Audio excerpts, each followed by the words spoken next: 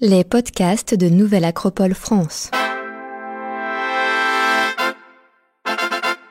Lecture symbolique et philosophique des mythes. Le voyage initiatique d'Ulysse. Une série en 14 épisodes hebdomadaires. Épisode 12. Les Phéaciens.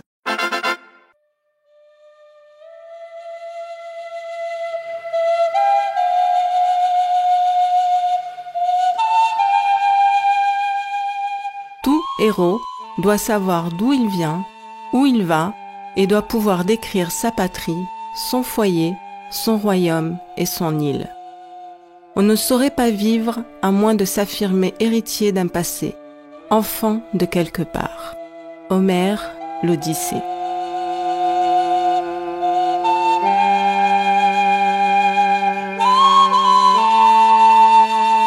Grâce à l'intervention d'Athéna, Ulysse a pu rejoindre une terre après avoir subi les assauts de Poséidon. Malgré les douleurs de son corps tuméfié et les tourments de son âme, épuisé par des jours de lutte contre les flots et les vents déchaînés, il s'est endormi sur un lit de feuilles rassemblées sous un arbre touffu et bas, proche du fleuve.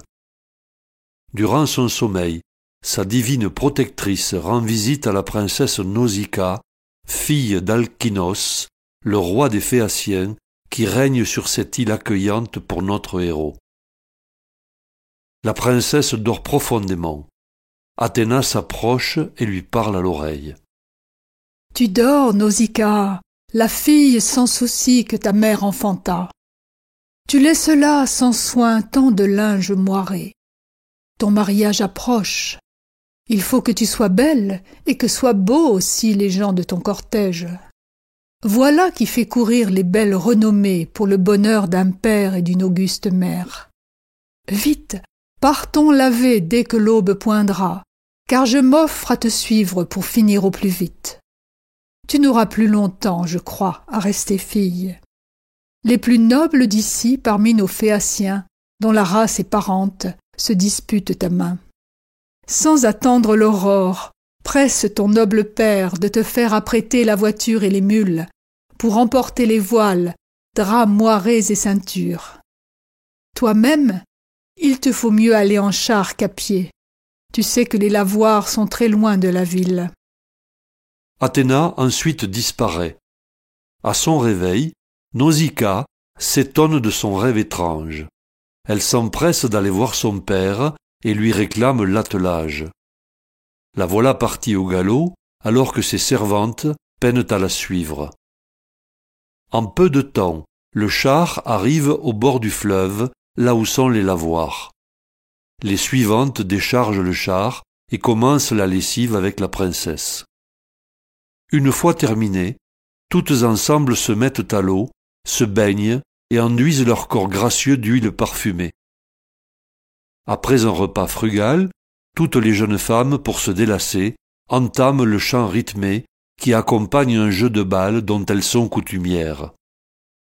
Pour être plus à l'aise, elles quittent tous leurs vêtements.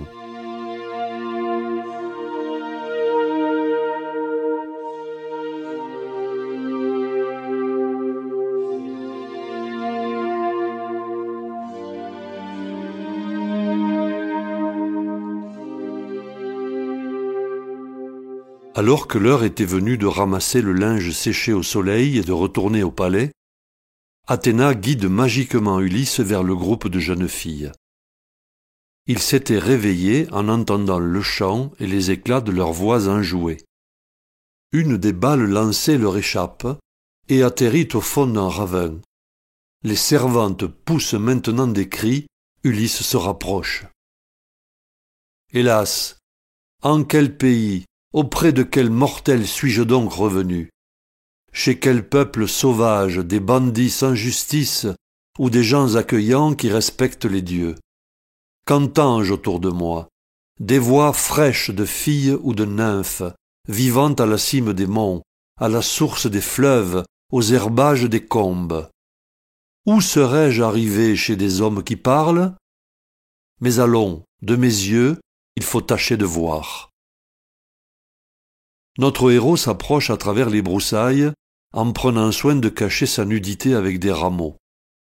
Lorsqu'il sort du bosquet, comme le loup du bois, les jeunes filles horrifiées s'échappent à toutes jambes. Son corps en effet n'a plus grand-chose d'humain. La mer l'a défraîchi. Sa peau est gonflée et craquelée de toutes parts.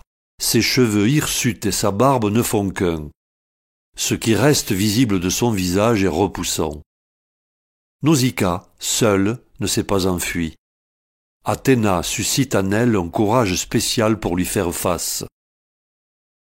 Ulysse se jette à ses pieds, flatte habilement sa beauté et son courage, puis lui raconte son naufrage.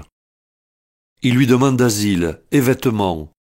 Nausicaa, compatissante, accepte de le guider au village. Elle lui dévoile son identité, son rang et le nom de son île.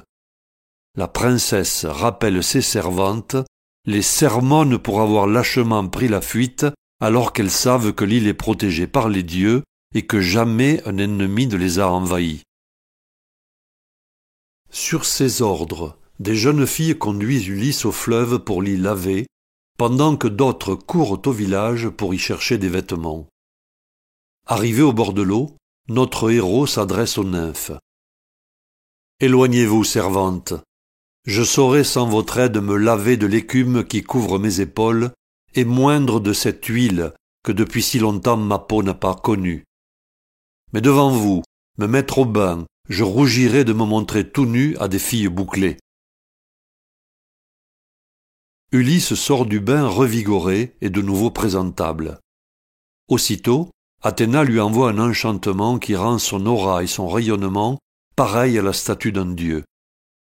Lorsqu'il réapparaît, aux yeux de Nausicaa et de ses servantes, elles sont subjuguées. La princesse comprend maintenant qu'elle est en présence d'un roi. Pour aller au village, elle demande à Ulysse de marcher près du char, afin de ne pas attirer l'attention du peuple qui pourrait penser qu'il est son futur époux. Elle a en effet refusé sa main à tous les prétendants phéaciens, et il serait inacceptable au peuple qu'un étranger puisse l'épouser. Ils arrivent ensemble près d'un bois de peupliers, sur le chemin du village. C'est un bois consacré à Athéna. Nausicaa demande à Ulysse de s'arrêter là et d'attendre qu'elle soit entrée seule dans le bourg, et après quelque temps, de se rendre à son tour au village. La princesse lui donne ensuite les indications pour trouver le palais de son père.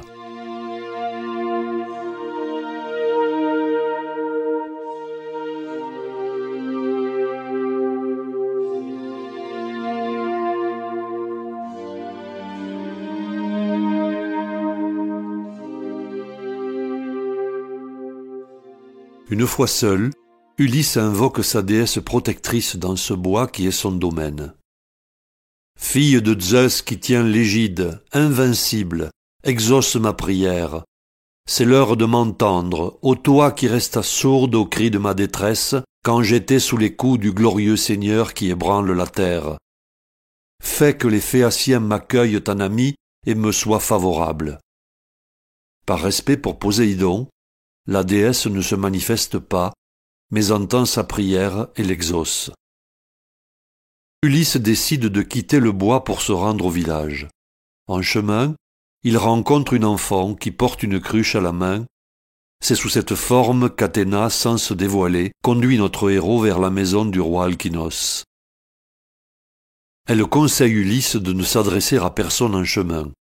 Par précaution, la déesse rend le héros invisible par un enchantement. Elle lui conseille d'aller droit vers la reine nommée Arrêtée dès son arrivée, car cette dernière est reconnue pour sa bonté. À ces mots, Athéna disparaît. Devant le palais, Ulysse s'arrête, subjugué par la beauté et la puissance que dégage la construction. Les murailles sont couvertes de bronze et surmontées de frises émaillées de bleu. Les portes d'or à l'huisserie d'argent sont encadrées par 2 statues de chiens faites d'or et d'argent. La salle du conseil est à l'identique. Le palais est bâti au centre d'un grand verger bordé d'un potager opulent. 2 sources déversent leurs bienfaits, l'une pour l'irrigation, l'autre pour la fontaine extérieure à laquelle viennent s'abreuver les villageois. Ulysse, toujours invisible, progresse vers le centre de la salle du conseil où sont réunis le couple royal et les conseillers. Devant la reine, le héros s'agenouille. Aussitôt, Athéna lève le voile magique et Ulysse apparaît aux yeux de tous, provoquant l'étonnement général et un silence total. Notre héros prend la parole. « Arrêtez, qu'engendra le noble Rhexénor. Je viens à ton mari, je viens à tes genoux après bien des traversées. Je viens à tes convives. Que le ciel vous accorde à tous de vivre heureux et de laisser un jour, chacun à vos enfants, les biens de vos manoirs et les présents d'honneur que le peuple vous offre. Mais pour me ramener au pays de mes pères, ne tardez pas un jour. Si longtemps loin des miens, j'ai souffert tant de maux. » Ulysse s'assoit ensuite sur le rebord de la cheminée près du feu, personne ne dit mot. Échénos, le plus ancien, le plus sage des conseillers, réclame qu'il prenne place à la table, comme tous les hôtes de renom, et qu'il raconte son histoire. Le roi Alkinos s'approche alors, prend la main d'Ulysse et le conduit à table. Il fait lever son fils et installe notre héros à sa place, puis lui fait servir le repas. Après un toast en l'honneur de Zeus, le festin se déroule tranquillement. À la fin, Alkinos prend la parole pour annoncer une grande fête le lendemain en l'honneur de cet étranger et les préparatifs de son retour vers sa terre natale. Ulysse remercie l'assemblée et le roi, mais souhaite terminer son repas parce que la faim lui tenaille le ventre. Plus tard, alors que tous les conseillers sont partis se coucher, Alkinos et Arrêtée, la reine, restent près d'Ulysse. Elle avait reconnu les fins tissages des vêtements que porte le héros. Elle prend la parole pour réclamer son nom, son peuple et celui ou celle qui lui a donné ces vêtements. Elle s'étonne aussi de son récit de naufrage alors qu'il apparaît lavé, parfumé et frais comme un gardon. Aussitôt, Ulysse lui raconte son parcours avec force détails et l'accueil de sa fille.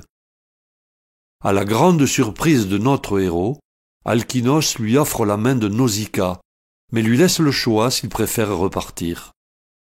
Ulysse lui annonce la préférence pour son départ.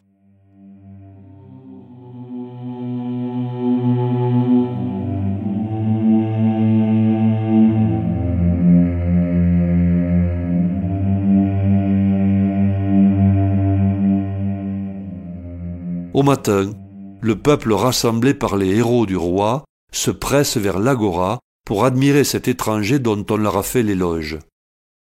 Athéna intervient de nouveau pour magnifier Ulysse avec ses enchantements, afin qu'il gagne le cœur de tous les Phéaciens. Alkinos s'adresse à son peuple et raconte l'arrivée d'Ulysse, après son naufrage, et son engagement de le ramener chez lui. Mais avant de partir, il y aura festin et jeu de force et d'adresse, comme il est de coutume pour les hôtes de marque. Durant les jeux, Ulysse est défié et raillé. Il se doit de répondre et le fait brillamment, en lançant le disque bien au-delà des marques des meilleurs Phéaciens. Ainsi, tout le monde voit que malgré ses blessures, il n'a rien perdu de son adresse et de sa force. À la fin des joutes, le festin réunit les doges et les conseillers. Un Aède prend sa cithare et chante les louanges d'un fameux guerrier, compagnon d'Agamemnon, qui par la ruse d'un cheval de bois fit basculer la guerre. Ulysse fond en larmes en se reconnaissant. Il tente de le cacher aux convives avec son écharpe. Le roi le remarque et comprend. Il ordonne à l'Aède d'arrêter son chant et réclame à son hôte de dévoiler son nom. Sur ces mots, notre héros vante la bienveillance du roi et décline enfin son identité. Puis il raconte à tous son périple et ses épreuves, sans négliger aucun détail. Un grand silence tombe sur l'auditoire. Tous sont fascinés et tenus en haleine par le récit d'Ulysse. Son charisme est intact. Le temps paraît long pour notre héros à qui il tarde de partir. Il décide alors d'arrêter son récit à l'épisode de la belle Calypso. Il annonce ensuite au roi qu'il ne souhaite pas répéter ce qu'il lui avait conté au récit de la veille. Alkinoos, sans lui en tenir rigueur, fait venir les cadeaux somptueux qu'il avait fait préparer. De nouveau, Ulysse remercie tout le peuple phéacien, le roi, la reine et Nausicaa, puis il quitte le palais pour rejoindre le grand croiseur affrété pour son voyage de retour vers Ithaque.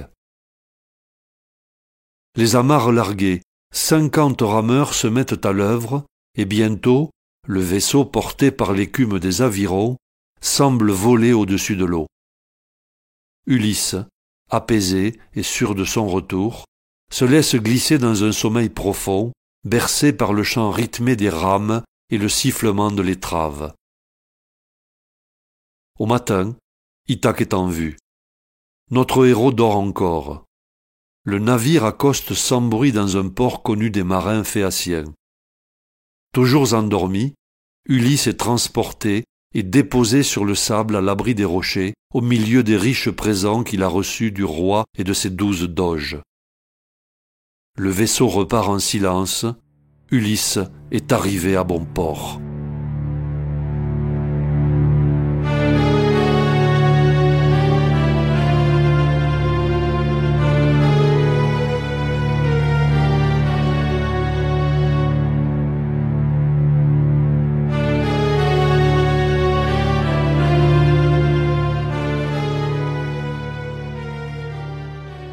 L'île des Phéaciens, appelée Chérie par Homère, est une île mythique. Il précise que le peuple phéacien, avant de s'y établir, habitait une autre île nommée Hyperia, également mythique. Ce nom évoque Hyperion, qui est un autre nom du soleil chez les Grecs anciens. Comme le précise l'helléniste Jean-Michel Ropard, dans une de ses publications, le mot phéacien est tiré de la racine grecque phai, qui signifie lumière, clarté ou brillance, ce qui confirme la nature stellaire de ce peuple de marins. Pourtant, l'île de Chérie est assimilée à celle de Corfou dans la Grèce antique, une île bien réelle donc. Elle se trouve au nord d'Ithaque, dans la mer Ionienne. Le voyage d'Ulysse, depuis sa rencontre avec Calypso, s'oriente d'ouest en est, puis vers le nord, après avoir passé le cap sud de la Sicile.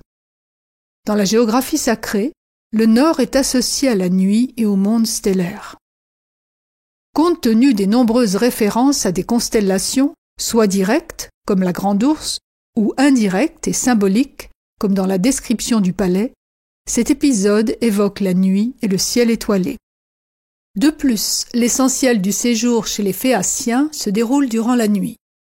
Ulysse achève son parcours d'épreuves et sa gestation initiatique dans la matrice cosmique du ciel nocturne. Le héros a parcouru le zodiaque en se confrontant à 11 épreuves jusque-là. Son retour à Ithaque dans le prochain épisode achèvera la construction de sa couronne céleste. Il deviendra le roi héros renouvelé.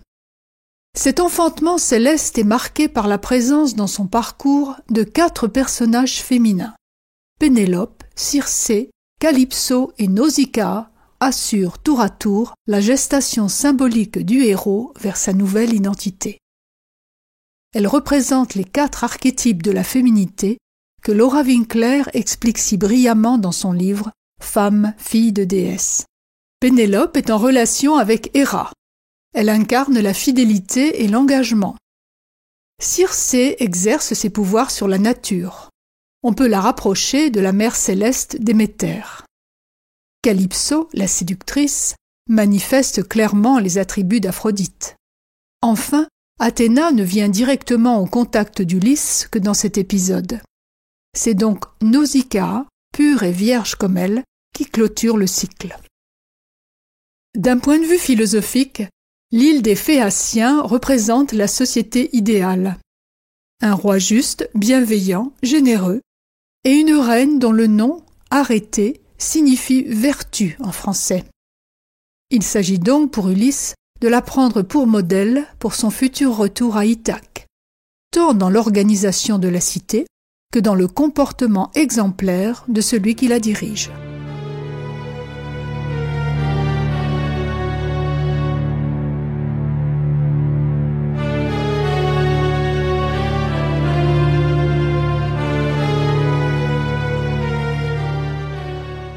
prochain épisode, Ulysse se réveille sur la plage d'Ithaque, mais il ne sait pas encore où il est. Son arrivée reste une énigme, et son séjour chez les Phéaciens lui semble n'avoir été qu'un rêve. La bataille finale pour la reconquête du pouvoir sera sa dernière épreuve.